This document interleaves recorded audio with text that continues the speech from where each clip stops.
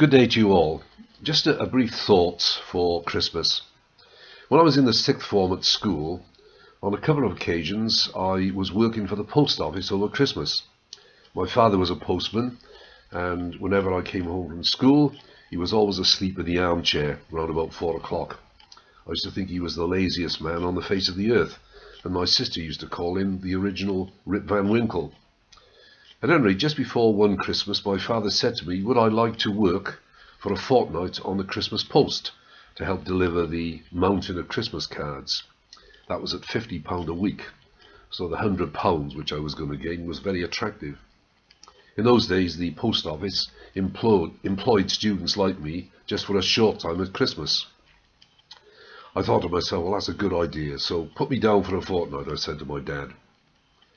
The night before I started this stint, my father said at 9 in the evening, come on, you better get to bed. What? At 9 o'clock in the evening? Well, I did this, and when the alarm rang at 3:30 AM the next morning, I could see why I had to go to bed early. We had a warm drink, and then it was out into the cold morning to make sure that we signed on at 4 o'clock.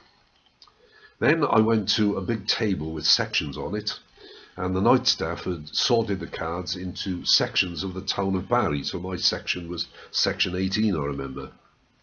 Then you took this massive pile of cards and letters to another board, which was divided up into streets, and they were the streets on my round, so you sorted the letters out into streets.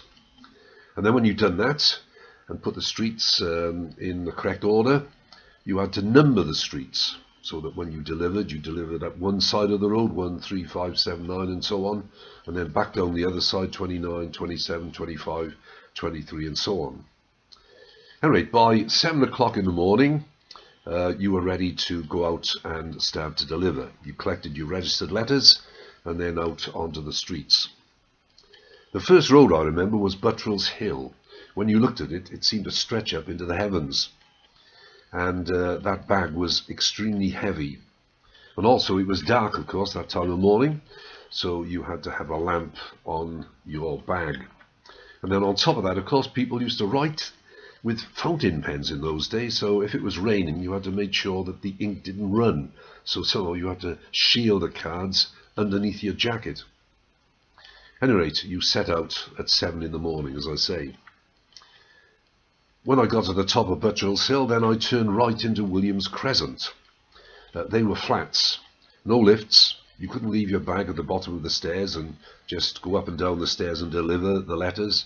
You had to have the bag with you at all times. At any rate, to cut a long story short, back to the post office by 9 o'clock in the morning. And then the post office were very kind, and they said you could have your breakfast until 9:30. And then in those days there was a second delivery, and you had to go through the whole process again. I tell you what, when 3 o'clock came and it was time to sign off and go home, when my dad and I got to the front door, it was a rush to that armchair so that we could get to sleep. I was absolutely shattered.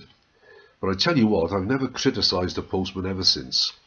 They've got one of the hardest jobs in the world with their strange sleeping hours.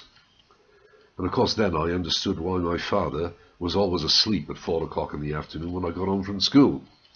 And the reason I knew that was because for a fortnight I did the job of a postman.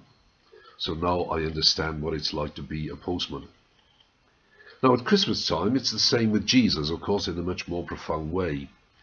One of the things I like about my faith in Jesus is that he has walked my way. I don't worship a Jesus who is remote from me, somewhere up there looking down upon me. No, I worship a Jesus who's walked my way. He was brought up in a normal home. He had brothers and sisters, according to Mark's Gospel, chapter 6. He had a job of a carpenter. He knew the love of a woman, Mary Magdalene. He knew the applause of people, and also he knew their criticism and opposition. And he died on a cross, so that we could have forgiveness. And because he beat the cross, because he lives, so can we. So for what it's worth, I find that as I worship and try to serve this Jesus, then there is a meaning and a significance to my life. And the same can be true for you. Why not try this life of Jesus? You won't regret it. A very happy and a very peaceful Christmas to you all.